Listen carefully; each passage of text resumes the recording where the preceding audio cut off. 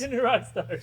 I'm Filup Molina, and this is Rogue Theory. It's a show where we bring a bunch of fun people together and we get their ideas and opinions on topics that are in pop culture zeitgeist. Eric's giggling for some reason. Is it because I'm milking a tiny cow and for no reason?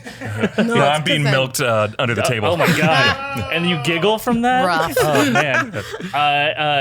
On today's episode, we do have Erik Voss. Hi. Unfortunately. Sorry, apologies Yeah. out the gate. Yeah. I'm being milked, Erik Voss. And then we also have improviser and comedic saxophonist Genetra Tull. Hi. Yeah, what does that mean? I play saxophone in comedy settings. Oh, no, I mean improviser. No, I'm kidding. Saxophone in comedy settings, because what makes something funnier but just a loud saxophone? Yeah. Which sax? Alto. Nice, me too. All right, and then also, that's true, Tara Erickson from the famous YouTube channel, The Tara Erickson. Yeah, it's just under my name. Oh, cool, and an article in front of your name. No, just Tara Erickson. The Tara Erickson is Oh. my Twitter handle. Confusing. Somebody got I my know. note wrong, and they're being They're dealt with. switching it now. You really. Guys, reminder, you can listen to the show. I botched it. You can listen to the show, Rogue Theory podcast feed, earlier than the video version if you do it on iTunes or anywhere you get your podcast.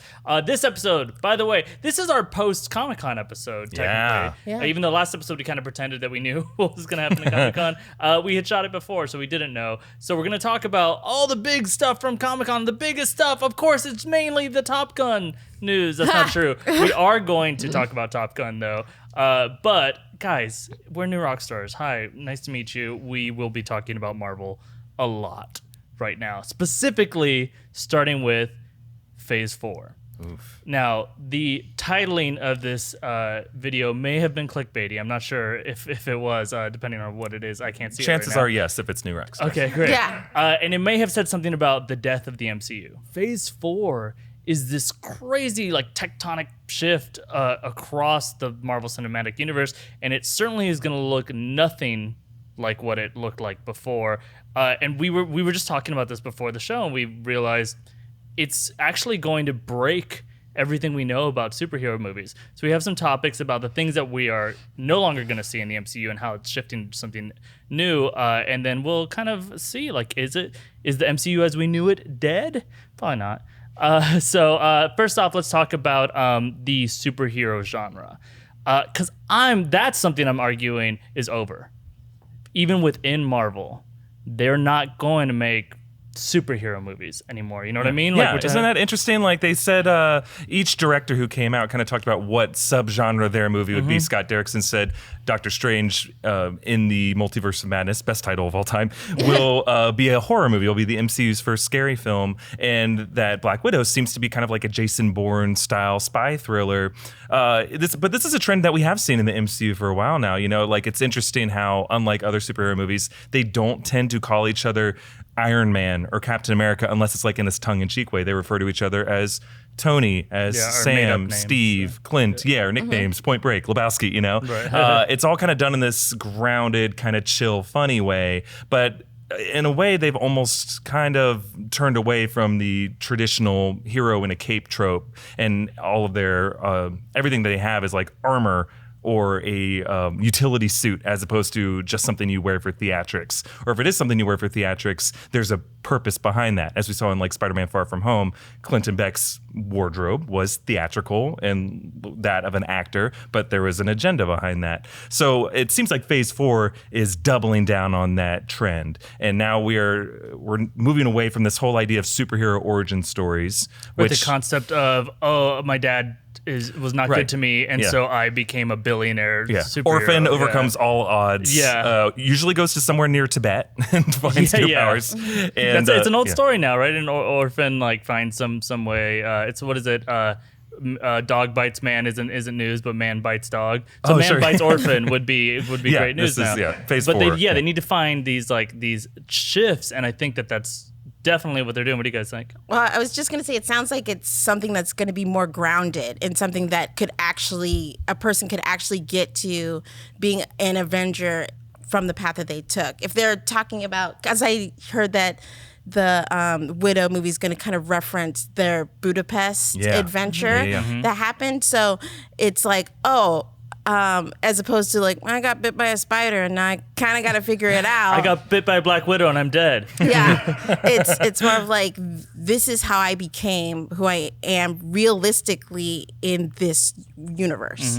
Yeah. So I think that's kind of cool. But also, like the jumping in for a second to the horror of Doctor Strange. To me, that's what I'm saying. Where I'm like, that's a genre, right? Superhero is to me no longer a genre. It's a jumping off point. Yeah. It's a motif or something, or it's a character, right? Like clown horror, or you know what I mean? Like it's just a word that you can put in front of horror. But it is the overall genre done? Well, I feel like Captain Marvel, they really followed her storyline well. Like in what you're saying, she was pretty grounded, but she's still a superhero to me. It's just maybe not as like old school, right? That was probably a superhero movie in a very traditional sense. Yeah, but it's like we all care about the story, about like the redemption of like the kid to the teenager to the woman. I think that's what people attach to more is the story, where they came from, so that you can associate to those characters rather than just like, it's Captain Marvel and like you want all of her gear and like to go out and be her on Halloween. But really it's like the story that you attach to from like a kid or now or when you see the movie of like, oh, I like that person. Like, you know, you like either Doctor Strange or you like Black Widow more. Like you attach to those characters, I think, because of their background. Yeah. And I honestly think that Marvel's been doing this, and that's why we attached to them. Because even Iron Man's story was like, hey, I'm this punk kid that gets basically kidnapped and I have to become a better human, and this is how. Yeah. And then builds his super suit around a persona of being something better. I mean, it didn't start out that way, but that's what it grew into. And I think now they're really saying, hey, we're going to lean into following them as people and not as them as what is their power. You know what I think it is? I think we have found, maybe the studios have found a sort of exhaustion in realizing that a superhero movie isn't really a genre. Maybe it's just like this Joseph Campbell story structure, this hero's journey. It's more of a story structure than a genre. Because what are the tropes of a superhero movie? Some kind of origin moment, or someone has some kind of inherent personality flaw or weakness that somehow they try, that either gets accentuated or complemented by some new power or technology or magic that they uncover. I mean, all of these things They reject the call consistently. They reject the call. It is exactly the hero's journey, just with the word super in front of it. Yeah, exactly. And so you could argue, I think I've argued before that Harry Potter is in a way a superhero movie. The Matrix is in a way a superhero movie. Star Wars is in a way a superhero movie. Because if you just detach like the specific details of the Star Wars names and places and just put any kind of, like, if you put Adam Warlock in there, people will be like, oh, now it's a superhero movie. So yeah, maybe because it was based on a comic or something. If you look, so considering for fans that aren't familiar with the hero's journey, every movie we watch is basically the hero's journey or some variation on that. So then if you think of that and then you think, well, superhero is really just superhuman is what we're talking about. That's why you pick The Matrix. Neo is a superhuman, right? It can go beyond, literally the word super, going beyond what a human is. So if you just take that superhuman concept and then know that every story is a hero's journey concept, then it's almost like anything that has powers, like sci-fi element, then they can be called a superhero thing, which is why I love this idea of Phase 4. To me, looks nothing like what we've come to learn from the traditional hero's journey. Instead, I actually kind of disagree a little bit with some of what you guys are saying. I think it's like we're going to go into Doctor Strange's like alternate realities, and it's going to be like this completely impossible for us to conceive reality. It's almost a little like Inception, how we talked about that a lot from the first Doctor Strange movie. We're like, these are not concepts that the concept of grounding them is almost impossible. They did a lot of great work with the original Iron Man films to ground the whole universe. Like they called him a punk kid, by the way. He's a billionaire arms dealer, but he was also a punk kid. That's right. Yeah. And that it is those things where it's like, you can't be a billionaire and then that's just it. You have to be like, do you know billionaires, how weird they are? Jeff Bezos. Elon Musk. Yeah, these people are super weird. So grounding it appropriately did give them the ability now to go, I want to argue, completely ungrounded. And that's how you end up with a horror movie in the MCU, as they're saying that Doctor Strange is going to be. I hope that they continue to go more toward fewer origin stories. Like the Eternals, I do not want to see an opening 30-minute prologue explaining to me how Salma Hayek was born. Yeah. Right. Yeah. And it's always like, it was dark. Yeah. And then they, you know, The rain, some kind of Yeah. simple, like how Blade Runner opens with like a couple paragraphs just explaining what replicants are, and then we jump Or how right As into long Spider-Man as it just didn't. opens up Yeah, on Spider-Man Angelina Homecoming, Jolie, it'll yeah. be fine.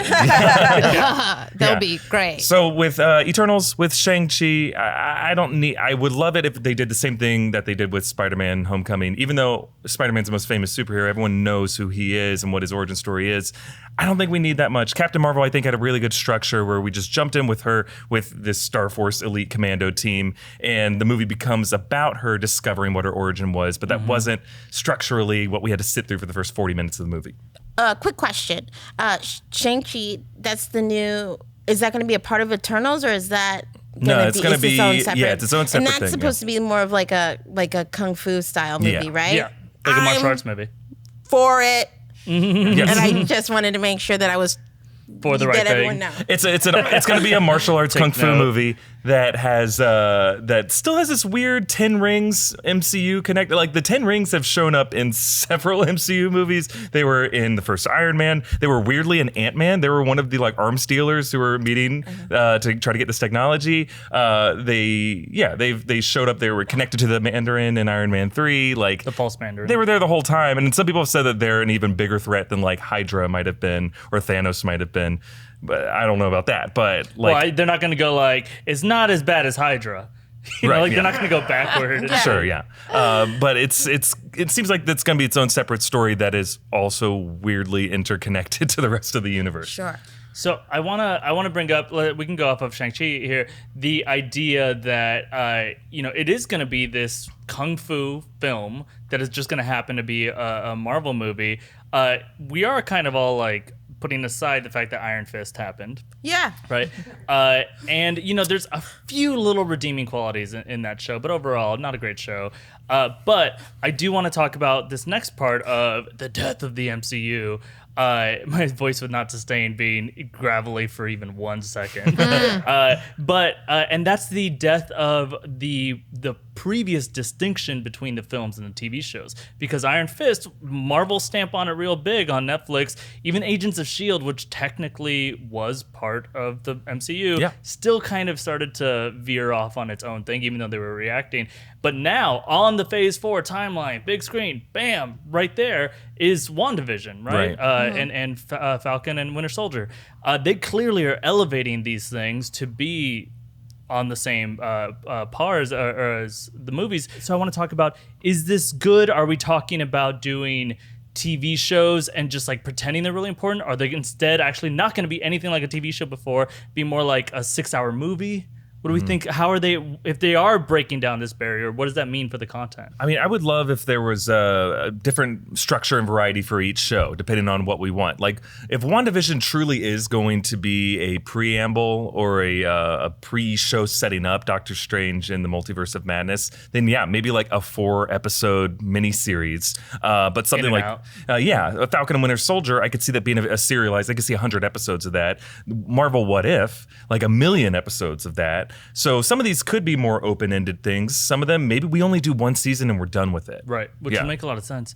WandaVision especially, if so, are you guys familiar with the House of M story at all? It's essentially Scarlet Witch's thing, right? Like her big thing where she finally fulfills her potential. And I would argue that in the MCU, she kind of hasn't, right? And so in the comics, she, without giving it away too much in case they honestly do a lot of it, she has an overreaction to something sad. She loses children. Doctor Strange is actually, for some reason, the doctor that delivers the children in that, because he's a doctor. He's a surgeon. But he's not an OBGYN. But he's Dr. Strange. He's Doctor Strange. Yeah, exactly. He knows spells to deliver babies. Exactly. You are this dilated Ooh, now. the baby didn't crown correctly. So which could be why she's tied into his movie. It could be potentially setting that up. But long story short, she gets rid of the mutants. No more mutants. Right. And it wipes out mutant powers for almost everyone. So a lot of people are thinking this could be the creation of the mutants instead in some sort of reverse kind of thing, which we talked about other versions of how the mutants might come into the MCU. But I mean, is it this? Are they giving this the biggest thing they've ever had, this merger with Fox, the big moment, bringing the mutants over? Are they going to give that to a TV show? I mean, look at Game of Thrones. Like if just take a page out of HBO's book, because I cancel so many subscriptions so that I can pay for HBO just to watch Game of Thrones, and then I end up keeping it for all of their other shows. And so I'm like, yeah, if you want to have a mini series of like 6 episodes and they're like so great, I think that's what they're going to do. Yeah. I think it opens it up because there's always like, we're going to go do this. You guys go do this. And then there's like something else happening. And then they can lend that to these other they can have these little mini series, or this is what this TV show is kind of how this starts off. And you can kind of follow everyone's story somewhere. Yeah. Which I think is really cool. There's like an ability for them to link it all together. Like I do think that it would be super cool if Blade was with Doctor Strange in the horror aspect of it. For sure. That would be so fun, right? Yeah. Like there's so many ways that now that they can just like connect all of these characters depending upon what episodes they film. They have access to all of them. And I also think it makes it easier for viewers if you're like, hey, I'm a huge Vision fan, but forget Black Widow, then you can just kind of follow that by itself. Yeah. And link that in. For sure. Yeah. And I think what it tells us is that now Disney with Disney Plus is banking on the fact that increasingly more people are watching stuff through streaming platforms. And if you look at the numbers, the few numbers that Netflix ever gives us, that Adam Sandler movie Murder Mystery, like 30 million people or something like that watched it. Like you watched it like 10 million. I watched, yeah. Sandler had a bit of Sandler had. And Stranger Things made huge numbers. People, if they can have immediate access to this and they're already paying for this subscription, for better or worse, when it comes to film exhibition, more and more people are watching stuff on their smart TVs, on their phones, on their, whatever, their watches. I don't have one. I don't like time. It reminds me of my impending death. But I think Disney Plus is kind of looking into the future and seeing, well, maybe we're going to have fewer and fewer people who all go to movie theaters. And now we can find a way to get directly into people's homes and control how much content they can watch and have them pay for specific tiers on what they watch. have to walk on a treadmill to earn credits to watch whatever it is they want to see. Or 50 million merits, really. Yeah. But I think we're getting to that era, for better or worse. But what this does mean is it takes some of the pressure off of each film. If you think the Marvel Cinematic Universe has been a 10-year-long or TV series, and each one's kind of like an episode of that, now they're kind of going more in that vector where they can kind of control week by week how things connect. And we were talking about, Blade connecting to either WandaVision or Doctor Strange in the Multiverse of Madness. There's even an idea, like some people were saying maybe Doctor Strange could go into the land of the dead and the death realm and then commune with fallen heroes, and maybe that's where he finds Vision's soul and drags him back into life. Like there's all kinds of weird ways these things to connect, and when you are producing things on a smaller scale, you can make those decisions kind of on a moment-to-moment basis as opposed to 3 times a year. Oh my gosh. I think it's interesting that you said it really quickly, but we're like, man, like they could be doing these, they could be so ballsy and do these amazing things in TV shows and films. And it's almost like, they've had this plan in this amazing creative way. And it's kind of like, or you're launching a streaming service and you are like, hey, you know how to make people sign up for a streaming service? Part of the essential story is there. And just FOMO alone, right? It's just like, unless you pay us monthly, like they're literally like, it's like the enforcer or something on your block who's kind of like, hey, we've been protecting you real nice for a while, but the price is going up. And it's like, why? We've just enjoyed, we've been really good viewers. Or it's like, because we can. Basically, we can make you pay now monthly for your Marvel content. I mean, hell yeah. What was bringing Elizabeth Olsen? It wasn't, I mean, did you guys see the Doctor Strange panel? They bring back out Elizabeth Olsen and Kevin Feige's like, and WandaVision is going to be very important in this movie we're very excited about. It's like, is it? Or do you really just want us to watch the least exciting series that you're about to watch? Unless they do it. You remember that thing they said it was going to be 50s-esque? Oh, I don't remember seeing that. That was a long time ago, but they said that it would be, the vibe would be the 1950s, which goes with, if you read that kind of recent comic, The Vision, it's Vision has a whole family and it's really creepy and dark and weird, but it's set in like Americana-esque 1950s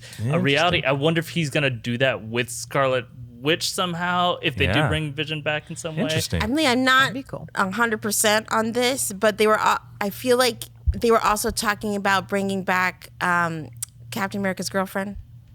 Peggy Which one? Carter. Peggy? Yeah, it Yeah. is a part of this 19. Which would work then if Or in the What If, If right? What Isn't If. she going to be in the What first If, episode yeah. of the What If show? Yeah. Interesting.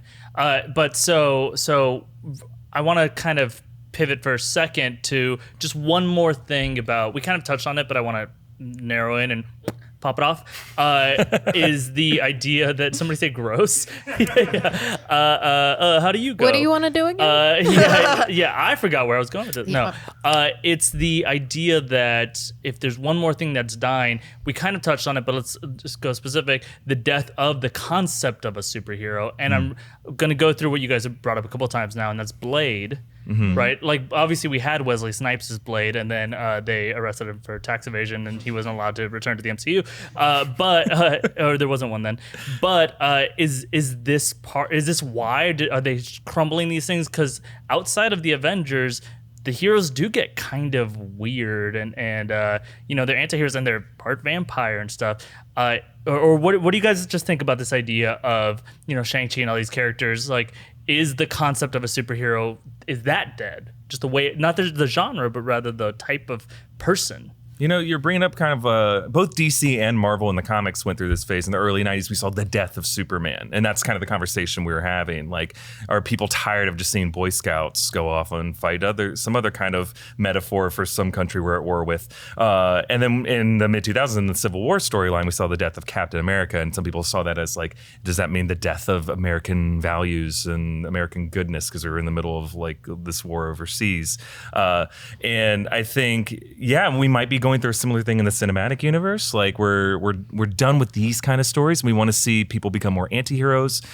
Seeing like movies like Joker, where it's someone who is a definite villain in the comics now become the protagonist we're following. We've definitely seen other people do it, but Marvel doing it. Yeah, now Marvel's kind of following suit, which is Yeah. interesting. There's no death to superheroes. It's like people are still going to be dressing up as every MCU character in Halloween for the next like 20 years.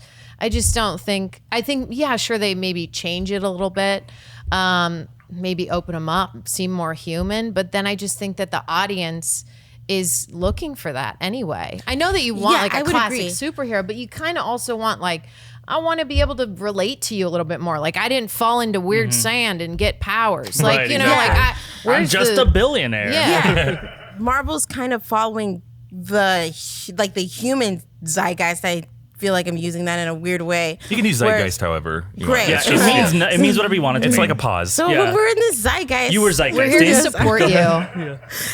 Whereas when Iron Man started to come out, that was like right around, and obviously I'm not 100% on the dates and stuff, but like that was Eric right is. around 9/11. Like we were going through a time. We were going through a time where it was like, save us. It's definitely the first post 9/11, 9/11 like Superhero. Yeah, because it was Yeah. like dealing with the Or Iraq Fantastic War or Four the stuff, yeah. Afghanistan War. Yeah. And I think now we're going into a phase as humanity where it's like we are human. We need to see each other as human, and what makes us real. We're all talking about self-care, learning about who we are, really digging in and taking care of ourselves and putting ourselves out there. And I think that that's also changing within entertainment itself. And I think that's why we're starting to get these movies like, how did the Joker be? Well, this is mental illness we're talking about, and it made somebody become a villain that not only was hurting himself, but now is hurting other people. And how do we stop this? That's interesting. To be a cuck really quick, I think that... really quick, sure, Philip.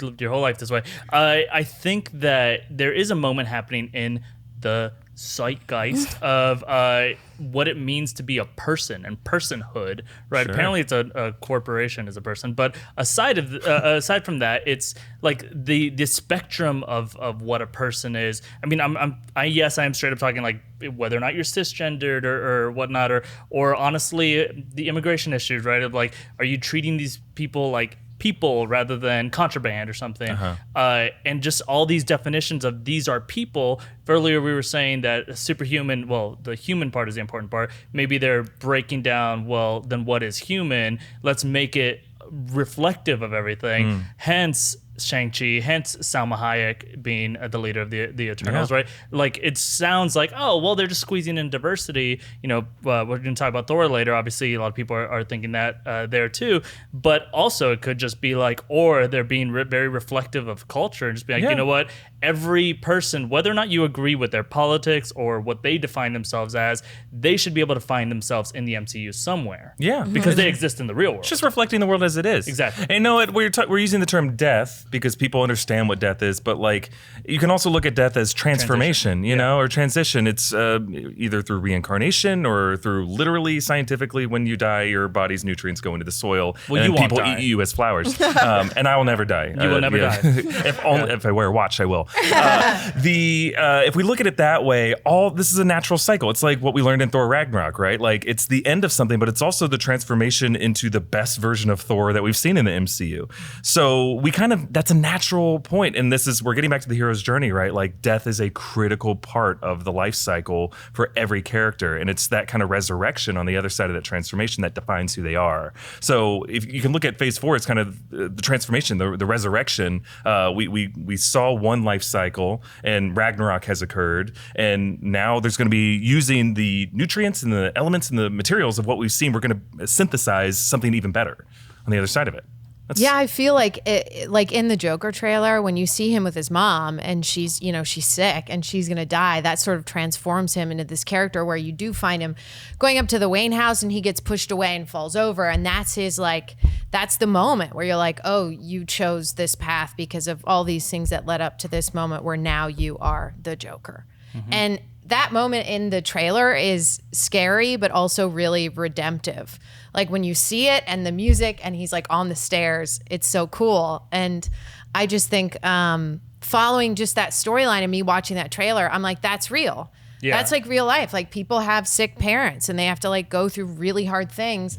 And then they don't turn into the Joker, but they could turn into an angry, or like an angry, person who might end up in a psych ward. Like, yeah, that movie is showing you, we haven't previously seen this, and some would argue we might not need to, but what is interesting to us right now is it's taking the extreme, we were talking earlier about grounding these characters, the extreme character of the Joker and giving you an A to B to C to get there, and then making you ask how many cracks away are you from becoming the Joker, which apparently is not that many. You just got to get shoved in front of a rich guy's house. Yep. Mm-hmm. And then you're on your way.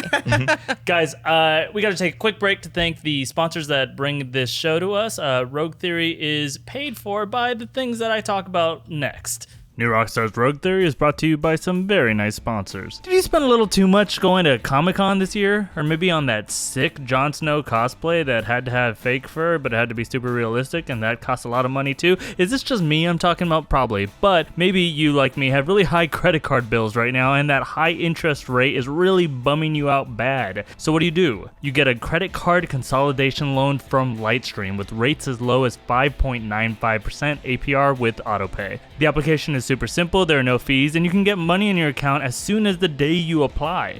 I mean, it's not snap your fingers to bring back half the life in the universe fast, but it's pretty fast. So just for our listeners, apply now to get a special interest rate discount. The only way to get this discount is to go to lightstream.com/rockstars, lightstream.com/rockstars. Of course, this is all subject to credit approval, and that rate includes a 0.5% autopay discount. Terms and conditions apply, and offers are subject to change without notice. Visit lightstream.com/rockstars for more information.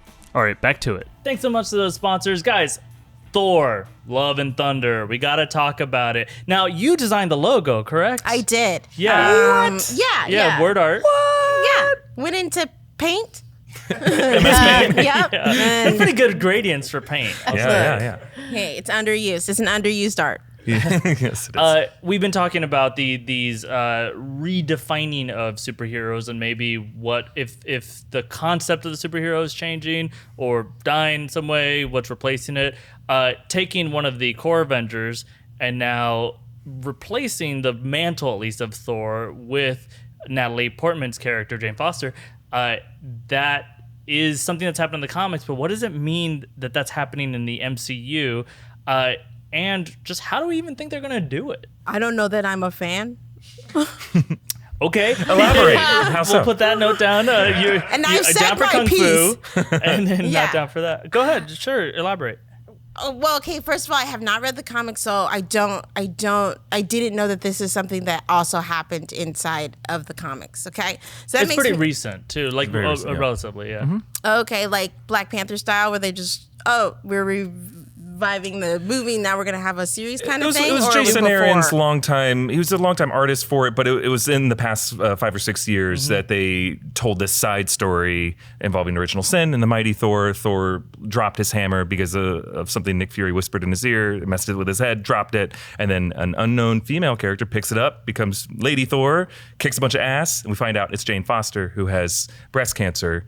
And every time she uses the hammer to power up, it resets her chemo. So it's kind of this, it's really human story. She's it's dying, fascinating. She's dying. But to save people. Yes, and it's a pretty interesting run, a bit divisive. Not everyone loved it, but it's a very like fresh take, I think, on the character. Again, grounded. Yeah. It is. So what aren't you feeling though? Just like it just acknowledge the perspective of, okay, so you don't know it from the comics. Neither do most people who are familiar with the MCU. So then what is turning you off about it?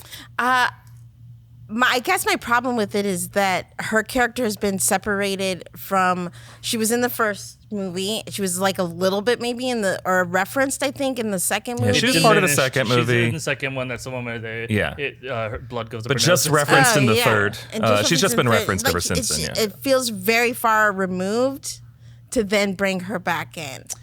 Last week we argued that Valkyrie could have done it.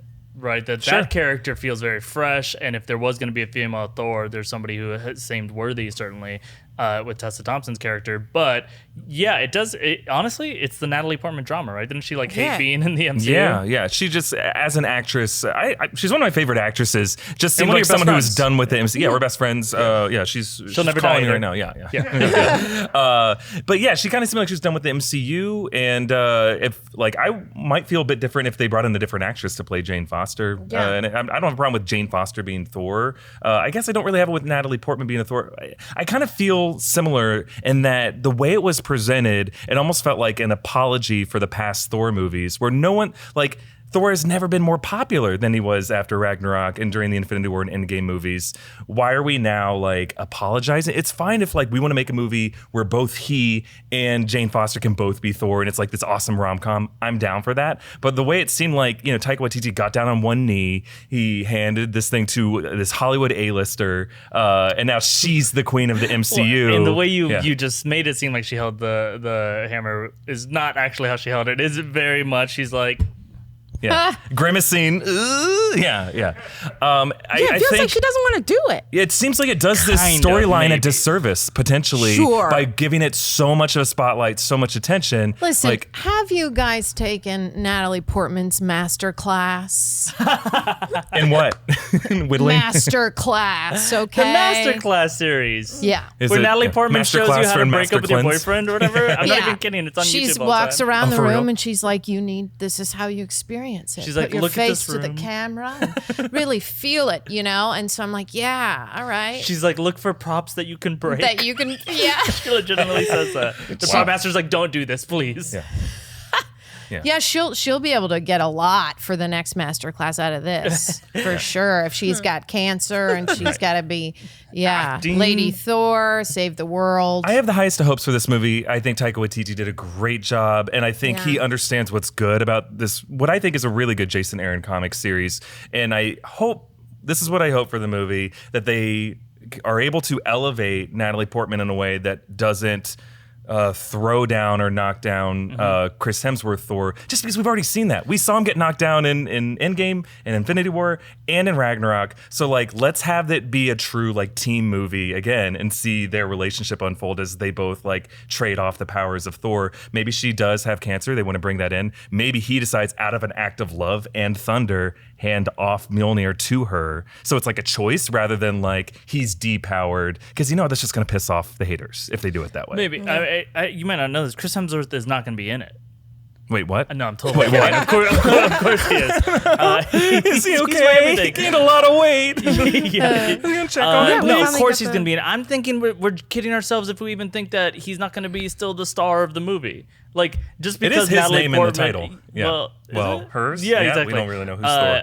If it is a mantle being passed, I think that's not quite. I don't want to say a B story, but I think maybe it's a way to elevate that character so that she can be. Maybe it is a buddy team up kind of thing. But Valkyrie's going to be a big part of it too. Yeah. Let's address the thing that people are throwing out there. Is it a love triangle? Is that what the love is about? Of I would Love and love Thunder, that. where Valkyrie said that if she's the king of Asgard, she needs her queen, who's just been elevated to worthy.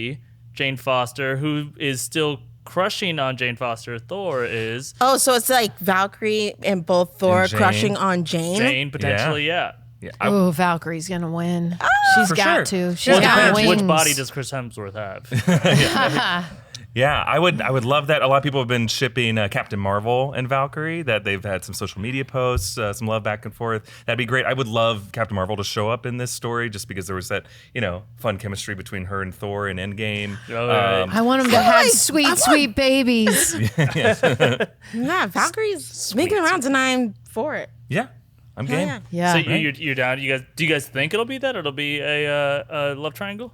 Who it should. If think it's it not, should. they're failing big time. Or a love triangle, There was or like just something- like Jane and Valkyrie are doing their thing and Thor's left out of it, but he's still there. He's just like, okay, cool. Keep I respect watching. this. Yeah. I'm That does happy for sound you, but I'm tonally still hurting inside. Like their kind of thing where he's like, remember me, guys? And they're like, no. What else other than the love triangle, also Eric's pitch of out of an act of love, what else could the love and be referring to? Probably like that she has to have a love for the people to be able to give a lot of her life away. Like she's killing herself every time she like turns on That's Jane, interesting because right? you'll say that Thor doesn't do it for the saving the people part, right? He's an action junkie, right? He's a suicidal maniac, in the Yeah. best way. Jane sacrifices herself every time. If we can get more stories explaining to people what love is and how it's not this simplistic, overly romanticized thing, but it's a complicated, compromise-based, sacrificial thing where This it's is what not Eric easy. It's says not when his just a mom's really like, "Why handsome don't you say you voice." love me?" It's like, Mom, it's a 4-letter word that has no meaning anymore. It's too complicated, Mom. Let's teach people how love is a complicated, messy thing, and let's use Marvel movies to do it. Hell yeah, let's tell new stories that Yeah. these audiences aren't used to sitting through. Well, But don't yeah. leave out the good look and the abs. No, Or, you of know what I course. mean? That's yeah. what love That's means part to of love. most That's of one us. element. Yeah. That's one component of love. Yeah, You can't have love without abs. There's a whole pie here that we could make that But makes can't up eat love. to keep your abs. Eric, who hurt you? Who hurt you? What happened to you, Eric? That was a lot. Whatever's underneath the table hurt me real bad. I'm not going to be standing up for a long time. That's really creepy and gross. Speaking of weird things in your body, what about the ether? Is that still in Jane Foster? And so essentially, it's an Infinity Stone. Can that be? Because they remember. So the concept is they had to go back and put all the stones back where they were. So they shoved it up Natalie Portman's nose. Yeah. And then she has it. They in her total recalled her? or they They got might it back in her have to. somehow. Maybe while she was sleeping, they put a funnel in her mouth. Yeah, imagine a funnel, if you will. Funnel. Yeah. We can easily imagine a funnel. I wasn't It's just thinking funnel. funnel cake like It's you, a Eric. cone. Yeah. A cone with a tube at the bottom. And we're familiar. I don't think you are. And it's an angry sludge. We did a whole bit about this in a recent Thor: Love and Thunder breakdown, where it's just like, imagine that conversation between Cap and Jane when she's waking up, like, why do I need this Hold back in me? still. Right now? Just will you please drink Who this? are I don't you? want to force you I'm to drink from it, the but 30s. for the sake of the multiverse, you have to drink this right now. She's like, great. Better not give me cancer because that would lead then to a it Jason does. Aaron storyline. I don't. It depends on what timeline they put this in. If it is the post Endgame timeline, yeah. Jane Foster has had that sludge in her, but through the result of the Dark World story has had it extracted from her, but has a memory of having an angry, toxic sludge inside of her. It's a weird. Dark World was a weird time, guys. It's a Gives dark her a world. lot of depth. Yeah. Yeah. Do you guys think that that'll be how she gets the powers from the stone? Is it Thor's just like, here, have it? Because he does have an extra hammer. I don't know. Simple as Marvel that. likes this. A lot of shows like to do this, but it's like the whole secret thing. So I imagine that we might find out that she doesn't know that that's what's inside her, and that's how. Are we saying that that's how the cancer started? It's a way. Okay. I well, mean, I'll say if everything causes cancer, definitely an Infinity Stone in your bloodstream probably does. yeah. And I feel like it's going to be this really dramatic thing where it's like, well, yeah, there's something inside. We had to put it in. Is this And Doctor then- Strange, her doctor? Yeah. Doctor Strange He's is the now. oncologist as well. Yeah. Exactly. So I think we'll have some sort of reveal that will make her make a decision about who she wants to be or why. Well, that's the hero's journey, right? You have to choose at some point to become the hero. Yeah. Oh, real quick, I just reminded myself, just stupid theory that I have, and I want to put it on record. WandaVision, Scarlet Witch is pregnant with Vision babies, Ooh. Babies? twins, Wow. Oh. and then wait. and then something happens to them, and then she goes nuts. Can throwing it Vision out there. conceive? I just heard a rumor that Vision's shooting blanks. That's what he told you, but He can't taste paprika. He can't father a child. It's I don't know what that means. But speaking of, an old Southern adage. yeah, Can't taste paprika, friend. He's still being milked down there. Wow. Die Something alone as a happened. lone wolf. Lone Wolf, Top Gun. That Yeah. how's that for a transition? Segway machine Yeah, is segue over here. functioning. Perfect. It's Nailed not. it. Yeah. Crushed it. Did you guys watch the Top Gun? Oh, trailer? yeah. Oh, You yeah. did. All right. Top Gun Maverick. Just to remind us what the character's name is. So, okay, so Tom Cruise surprises everyone by knowing what Comic-Con is at all, and then showing up there and dropping a sequel trailer for Top Gun, which honestly is kind of one of these movies that it's like, oh yeah, Top Gun, and then most people saying that were not born when Top Gun came yeah. out. Are you guys even familiar with Top Gun? Did you guys watch Top Gun? Yeah. Yeah. Really? Yeah. You guys are big Toppies? We both come from families of pilots, so we grew up with Top Gun for sure. The same pilot? We were Well, waiting on those we- test results. You know. Yeah. No pilot loved Top Gun. Oh, pilots don't No like Top pilot Gun? in my background. Oh, okay. Is what- I no know all my pilot brothers, here. naval aviation buddies, they watch it like once a month. But Really? they watch it like almost as training kind of hate purposes. watching. Yes, it's an Yeah. educational film. This is to them. how you Yes. die. Right, yeah. Yeah. But kind of adoringly in a way. I don't know if anyone views it as art. You know? 'Cause it's a goofy movie. Just the Not the volleyball goofy scene. I think it's art. Yeah. Well, okay. Earlier The you were volleyball scene explaining is- to me that you think Tom Cruise is art. Oh, yes. I do love him. And I know you think I'm being facetious and then I sound sarcastic because I These just are a lot of can't. accusations no I one can't launched, but not now I do sound believe. sarcastic, but I actually do legitimately really love Tom Cruise. Like when he smiles and puts on his aviator glasses in Top Gun, I'm like, oh, be still my heart. I can't. I adore him. And I think he's a really great actor. And I love that he does all of his own stunts. Like, are you kidding? He's the guy who's like, I only want to speed on a motorcycle, not wear a helmet. I'm going to try to fly this jet at like a bunch of Machs. Like, I'm going to learn how to do it. That's all one There's stunt with the nobody motorcycle else. flying Yes. the jet. Yeah. I hope it is. Like, he's a one of a kind. I'll say in front of the camera, he's amazing. You know what I mean? Like, as the person who gave us these moments of cinematic history, I hope he never dies, except he eventually very much will die doing one of these stunts. Yeah. Yeah.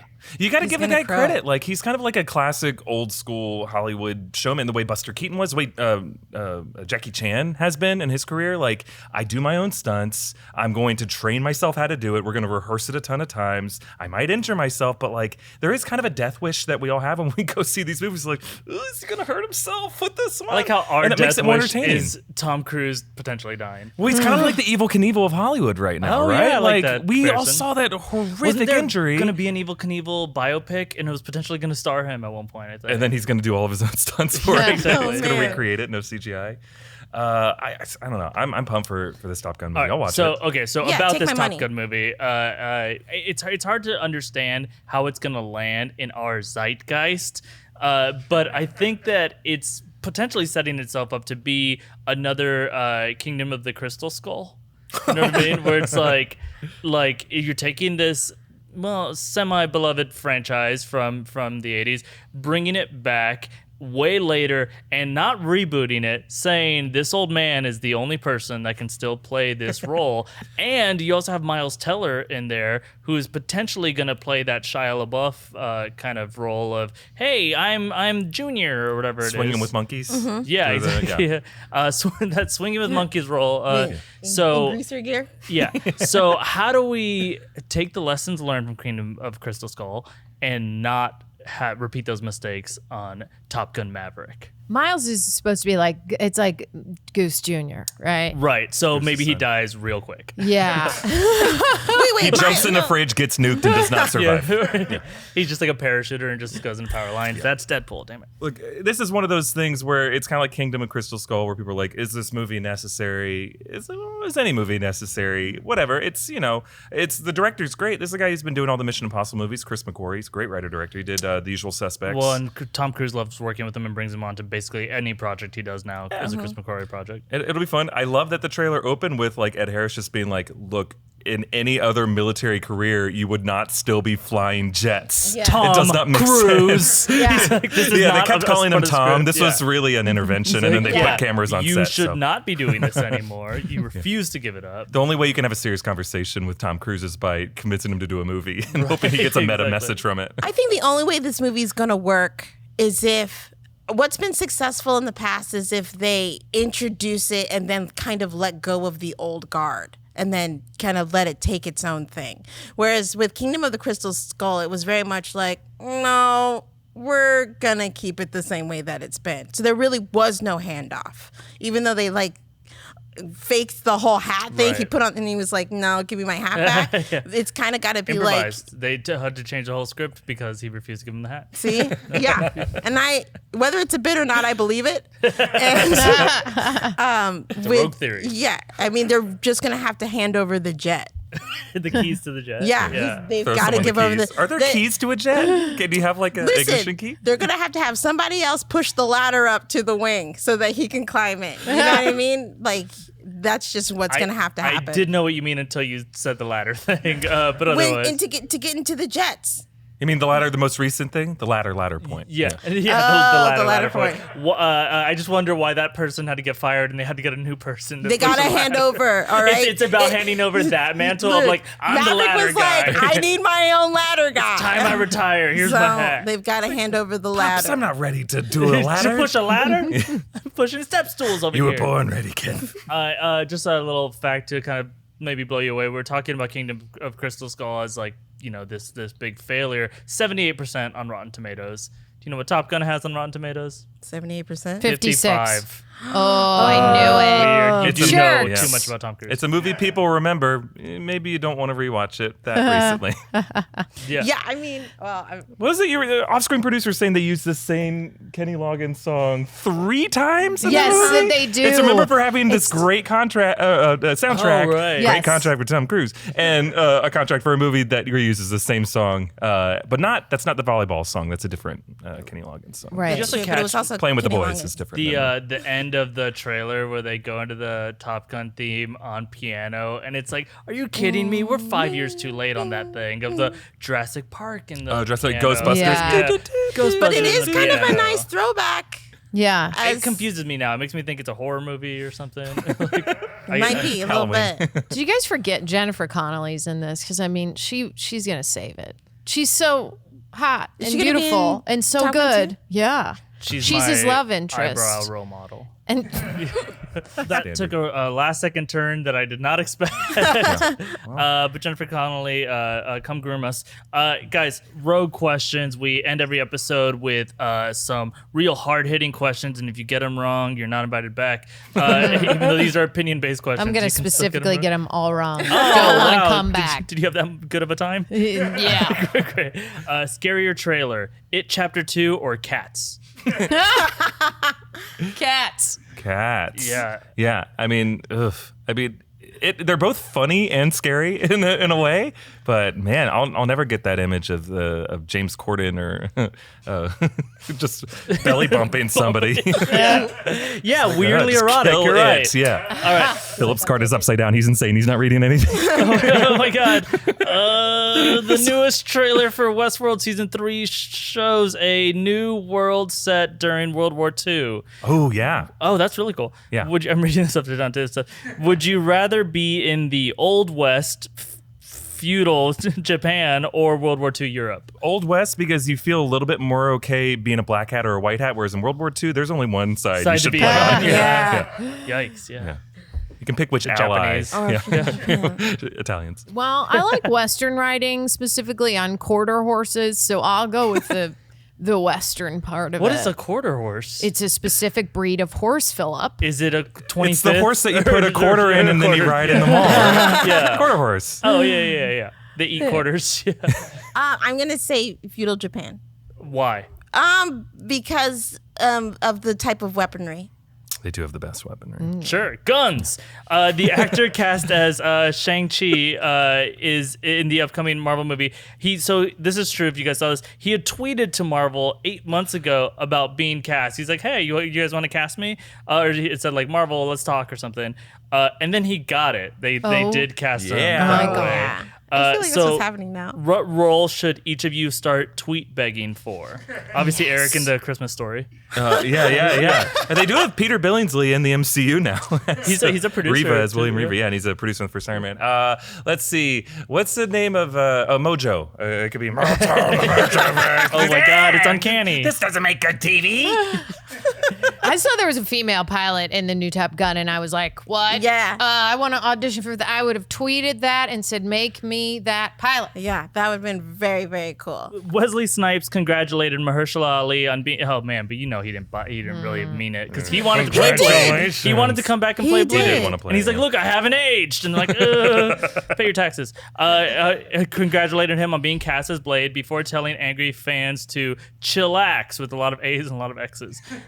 What's a more vampire appropriate way to tell people to calm down? Suck it up. Relax. Oh, that was good. Suck it up is good. Stay calm and carry on. Sure. Don't let that blood boil. Yep. Yeah. Like, oh no. Sure. Oh, get out of here. Throw the card. I love that. Thank you so much.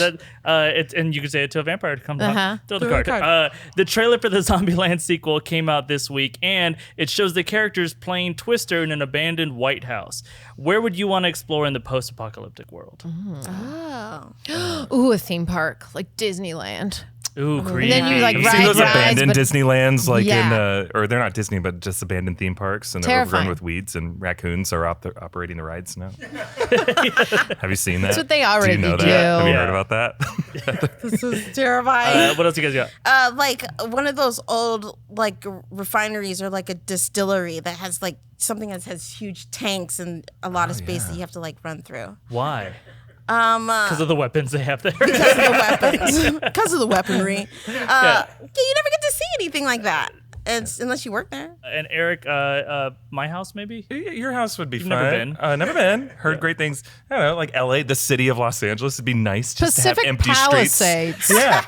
No traffic. There you go. That'd be great. Find Dead Bill Murray. Shaquille O'Neal was spotted dancing in the front row of an EDM concert in Belgium. Of Belgium? course.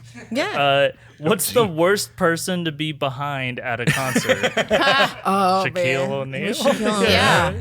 Andre the Giant? Yeah, especially now. The person standing behind Shaquille O'Neal, because they're just fussing the whole time. Oh, God, I can't see anything. I'd rather not be able to see than be able to hear complaining for 2 hours. Yeah. Or the person recording the concert with their iPad. Oh, man. All right, Idioms and week. last one. A wild Reddit theory came out this week that when Captain America went back in time at the end of Endgame, yeah? Steve Rogers became Mr. Rogers. Just actual Mr. Rogers. Does this make the upcoming Tom Hanks movie, A Beautiful Day in the Neighborhood, the secret fourth Captain America solo movie? This is one of those questions that's more of a joke for the card writer than anything that anyone can And say. an idea for a future video over here. Yes. Then it became worth it. Yeah. Do you guys like Tom Hanks Yes. more than Tom Cruise? No. Ooh, hot take, Rogue Theory. Guys, thank you so much to my guests. You guys are great, and you can be found in great places. Specifically, where do you want people to find you? Yeah, find me on youtube.com under my name, Tara Erickson. It's TaraErickson. Great. You can find me at the UCB Theater on Herald Night with my team Scream. In Los Angeles. In Los Angeles, specifically.